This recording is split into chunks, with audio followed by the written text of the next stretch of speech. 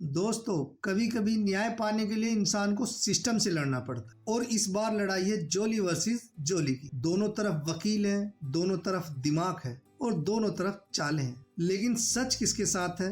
दोस्तों, आज हम आपको समझाएंगे जोली LLB 3 की पूरी कहानी, वो भी सीन बाय सीन। तो तैयार हो जाइए एक जबरदस्त कोर्ट रूम ड्रामा के। दोस्तों, मूवी की शुरुआत राजस्थान के परसोल गांव से होती है। परसोल गांव में एक कंपनी बहुत बड़ी मेगा सिटी प्लान कर रही है और उस प्रोजेक्ट का नाम रखती है बीकानेर टू बोस्टन। इस प्रोजेक्ट को पूरा करने के लिए परसोल गांव के आसपास के कई गांवों की जमीनों को खरीदा जाता है। कुछ किसानों से जमीन रजामंदी से खरीदी जाती है तो कुछ किसानों से धोखाधड़ी करके या डरा धमकाकर जमीन को खरीद लिया जाता है। परसोल गांव में एक किसान होते हैं जिनका नाम राजाराम सोलंकी। राजाराम का बेटा फोर्स में होता है और देश के लिए शहीद हो चुका होता है। राजाराम के घर में उसकी विधवा बहू और उसकी बीवी जानकी होती। कंपनी वाले राजाराम पर जमीन बेचने के लिए दबाव बनाते हैं, लेकिन राजाराम उनके आगे झुकता नहीं और वह अपनी जमीन बेचने से इनकार कर देते। इसलिए कंपनी वाले उसके साथ धोखाधड़ी करते हैं। असल में राजाराम ने साहूकार भारद्वाज से कुछ कर्ज लिया था।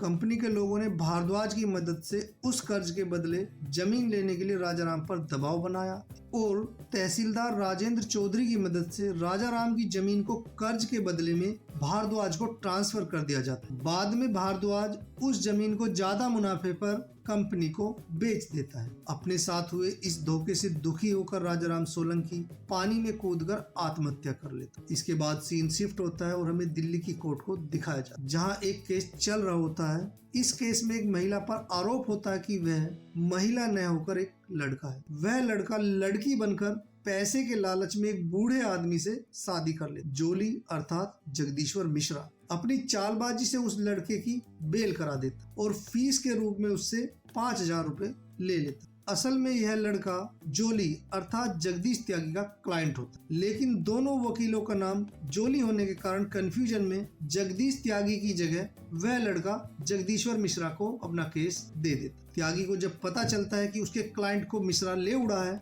तो वह गुस्से में आग बबूला होकर मिश्रा के चैम्बर में पहुंच जाता और उससे लड़ झगड़ कर क्लाइंट से ली गई आधी फीस वसूल कर लेता। अक्सर जोली नाम सेम होने के कारण मिश्रा त्यागी के केस इसी तरह हत्या लेते, जिससे त्यागी मिश्रा से हमेशा चिढ़ा रहता है और दोनों में इसी बात को लेकर हमेशा दुश्मनी बनी रहती। त्यागी मिश्रा से पैसे लेकर अपनी वाइफ संध्या को लेने फार्मर प्रोटेस्ट में पहुंच जाता। यह प्रोटेस्ट राजस्थान के किसान अपनी जमीन वापस पाने के लिए कर रहे हो, क्योंकि कुछ बहुत बड़े देश के बिल्डर्स ने उनकी जमीन का अधिग्रहण किया था, लेकिन उसमें धोखेबाजी की गई थी। इस प्रोटेस्ट में त्यागी को एक लक्ष्मी यादव नाम की महिला मिली, जो कि उस प्रोटेस्ट को हेल्प कर रही हो, जहां पर संध्या भी लक्ष्मी यादव की मदद कर रही हो। लक्ष्मी यादव त्यागी से किसानों की जमीन के गलत अधिग्रहण के लिए मदद मांगती है और उनका केस लड़ने के लिए कहती। त्यागी उससे पूछता है कि कितने किसान हैं, तो लक्ष्मी यादव बताती है कि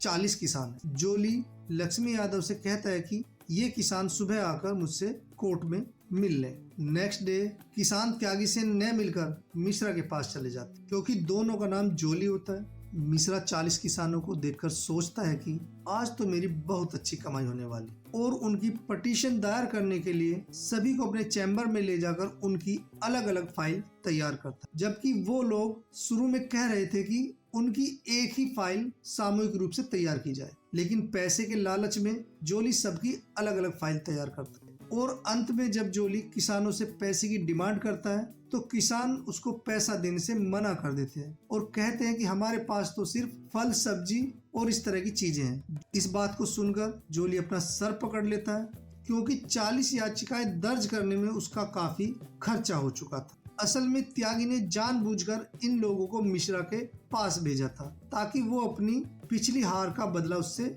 ले सके। त्यागी मिश्रा के चैम्बर में आता है और उसके इस नुकसान पर उसका मजाक उड़ाकर चला जाता है। मिश्रा गुस्से में टेबल पर रखा सामान इधर उधर फेंक देता है। त्यागी के मिश्रा के चैम्बर से बाहर निकलते ही उसको एक बूढ़ी महिला मिलती है और उसे कहती है कि मुझे आपकी वाइफ संध्या ने भेजा है और कहा है कि आप मेरा केस लड़ेंगे। इस महिला का नाम जानकी होता है। महिला के पास 2 बकरियां होती है। यह वही महिला होती है जिसके पति ने मूवी के शुरू में पानी में डूबकर आत्महत्या की होती है। वह त्यागी से अपना केस लड़ने के लिए कहती है, लेकिन त्यागी उसकी हालत देखकर समझ जाता है कि यह मुझको पैसे नहीं देने वाली, इसलिए वह उसको टरकाकर मिश्रा के पास भेज दे। वह महिला जब मिश्रा के पास पहुंचती है तो मिश्रा भी उसकी हालत देखकर समझ जाता है कि यह महिला मुझे पैसे नहीं देने वाली, इसलिए मिश्रा भी उसका केस लड़ने से मना कर। वह कहता है कि मैं वह जोली नहीं हूँ जिसकी वाइफ संध्या है, वह दूसरा जोली है, उसने आपको झूठ बोलकर मेरे पास भेज दी। सच्चाई जानने पर जानकी त्यागी के घर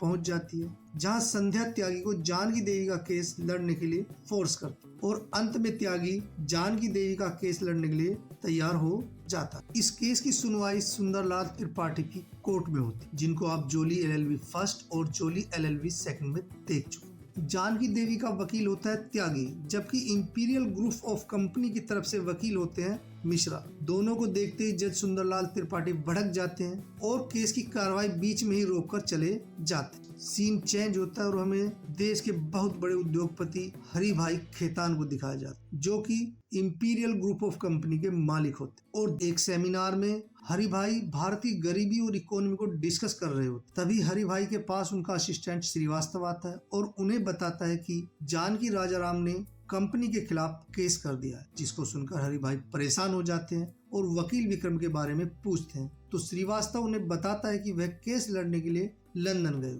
इसलिए मैंने जगदीश्वर मिश्रा उर्फ जोली को केस दे दिया। जिस पर हरि भाई कहते हैं कि इतने बड़े केस को तुमने छोटे से वकील को क्यों दे दिया, यह गलती तुम कैसे कर सकते। इस पर श्रीवास्तव कहता है कि अगर किसी बड़े वकील को मैं केस देता तो यह मीडिया में उछल जाता और हमारी बदनामी होती। नेक्स्ट डेट लगती है, जहाँ पर त्यागी और मिश्रा के बीच गर्मा गर्म बहस होती है और दोनों एक दूसरे से लड़ाई करने के लिए तैयार हो जाते। उनकी इस हरकत को देखकर जज साहब बिना कुछ कहे कोर्ट रूम छोड़कर चले जाते। शाम को मिश्रा हरि भाई के घर पहुंच जाता है, जहां पर एक पार्टी हो रही होती। उस पार्टी में मिश्रा हरि भाई के असिस्टेंट से अपनी फीस के 25,000 लेने के लिए रिक्वेस्ट करता है, लेकिन श्रीवास्तव उसको इधर उधर की बातें करके टरका देता। इसके बाद मिश्रा हरि भाई से मिलता है और उनसे केस की फीस के लिए कहता है। इस पर हरि भाई पूछते हैं कि तुम्हारी फीस कितनी है, तो मिश्रा मौके का फायदा उठाते हुए 25,000 की जगह 50,000 बता दे। हरि भाई उसको पैसा दिला देते हैं, लेकिन वह सब जानते थे कि मिश्रा ने झूठ बोला है। हरि भाई जोली के इस एटीट्यूड से इम्प्रेस हो जाते हैं और उसे पर डे 50,000 की फीस पर अपने यहाँ नौकरी पर रख लेते। मिश्रा इस अमाउंट को देखकर खुश होकर पार्टी से चला जाता। मिश्रा जब घर पहुंचता है तो उसे जानकी देवी बैठी हुई मिलती और मिश्रा को अपने साथ घटित घटनाएं बताने लगती। यहाँ से मूवी फ्लैशबैक में चली जाती है, जहाँ पर हम देखते हैं कि बीकानेर टू बोस्टन प्रोजेक्ट का भूमि पूजन करने के लिए हरि भाई खेतान परसोल गांव पहुंच जाते। हरि भाई को देखने के लिए आसपास के काफी गांव से लोग इकट्ठा होते, जहां पर कुछ लोग इंपीरियल कंपनी के खिलाफ प्रोटेस्ट कर रहे होते हैं, क्योंकि कंपनी ने कुछ किसानों की जमीन धोखे से ली थी। इस प्रोटेस्ट से हरि भाई को पता चलता है कि एक किसान राजाराम सोलंकी ने आत्महत्या करके अपनी जान दे दी है। इसलिए हरि भाई राजाराम सोलंकी की बीवी जानकी को 10 लाख रुपए का चेक देते, लेकिन जानकी देवी उस चेक को फाड़कर हरि भाई के मुंह पर मार देती और अपनी जमीन वापस लेने के लिए उनसे कहती। यहाँ पर हरि भाई की बहुत बेइज्जती होती है, इसलिए वह गुस्से में वहाँ से चले जाते और वहाँ से जाते जाते मीडिया में बयान दे देते हैं कि राजाराम सोलंकी और उसकी बहू के बीच अवैध संबंध थे, जिसका पता समाज को चल चुका था। इसलिए उन्होंने अपनी इज्जत को बचाने के लिए आत्महत्या कर ली थी। इस आत्महत्या में कंपनी का कोई भी हाथ नहीं है। यह खबर सभी न्यूज़पेपर की मुख्य खबर बनती है, जिसको राजाराम की बहू पढ़ लेती और अपने ऊपर लगे इल्जाम से दुखी होकर फांसी लगाकर आत्महत्या कर लेती। इसके बाद कहानी प्रेजेंट टाइम में आ जाती है, जहां जानकी जोली को एक बकरी देते हुए कहती है कि मेरे पास इस तरह की 2 बकरियां थी, एक मैं तुम्हें दे रही हूँ और दूसरी मैं त्यागी को दे चुकी हूँ। मेरे पास यही प्रॉपर्टी है जो मैंने तुम दोनों को बराबर बांट दी है, ताकि तुम मेरा केस लड़ सको। मिश्रा जानकी देवी की दर्द भरी सच्चाई सुनकर इमोशनल हो जाता है और उसका केस लड़ने के लिए मान जाता है। इसके बाद मिश्रा हरि भाई के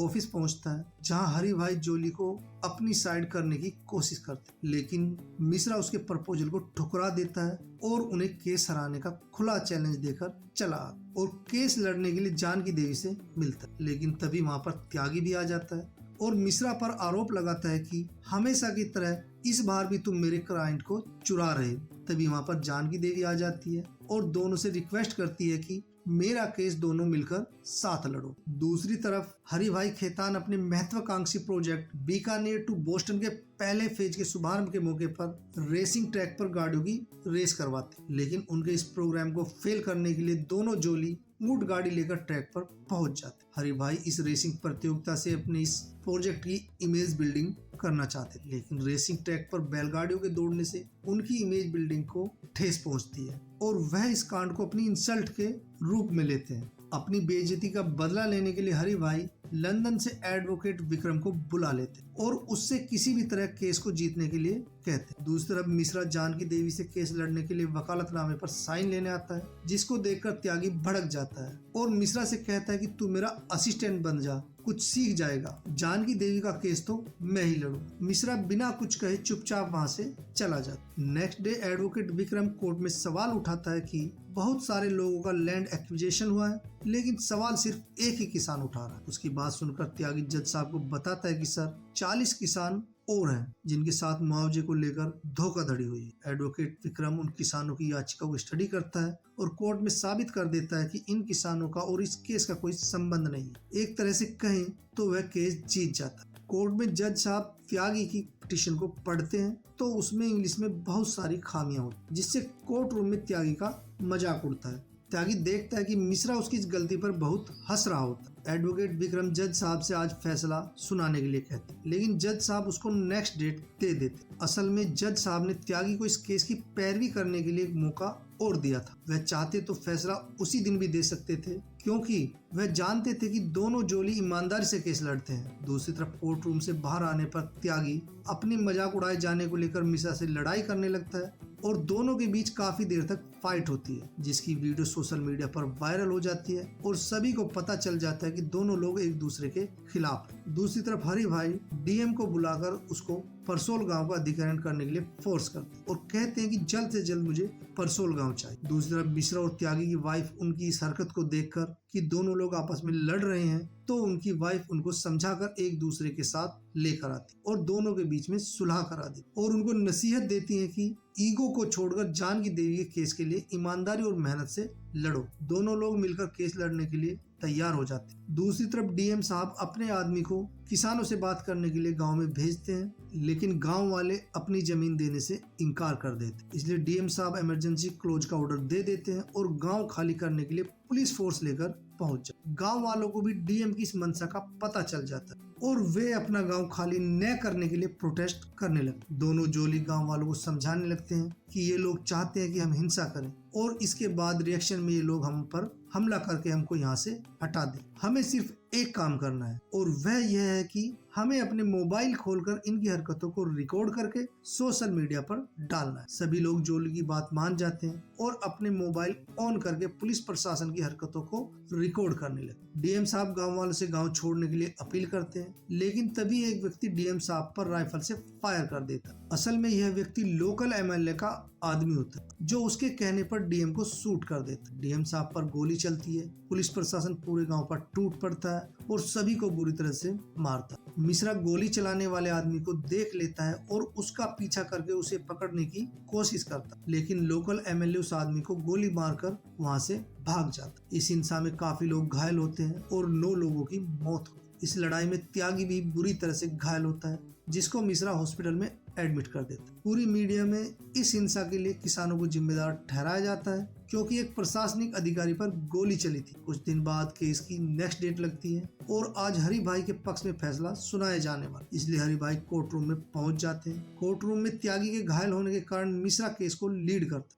एडवोकेट विक्रम जज साहब और पब्लिक के सामने यह साबित करने की कोशिश करता है कि देश के किसान डेवलपमेंट में बाधा उत्पन्न कर रहे हैं और मेरे क्लाइंट हरि भाई खेतान अपनी मेहनत से कमाए हुए 15,000 करोड़ रुपए एक इंटीरियर इलाके में खर्च कर उसको डेवलप करने की कोशिश कर रहे हैं। मिस्टर खेतान देश के लिए कितना बड़ा काम कर रहे हैं और किसान देश के डेवलपमेंट को रोकने की कोशिश कर रहे हैं, जबकि देश किसानों की फसलें एमएसपी पर खरीदता है, फसलें खराब हो जाएं तो उनको मुनाफा देता है और बीच बीच में उनका कर्ज भी माफ करता है। सभी लोगों को लगता है कि विक्रम की बात सही है। इसके बाद जोली अपना आर्गुमेंट पेश करता है और सबको बताता है कि एक आम किसान का कर्ज बहुत छोटा होता है, जबकि उद्योगपतियों का हजारों करोड़ रुपए माफ कर दिया जाता है। जब देश को खाने की जरूरत होती है तो किसानों से मांगा जाता है, और जब किसानों की जरूरत नहीं होती है तो उनकी जमीनों को औने पौने दामों पर हथियाने की कोशिश की जाती है। जोली अपने तर्कों से हरि भाई की पोल खोल देता है और बताता है कि उन्होंने जितना भी पैसा इस प्रोजेक्ट में लगाया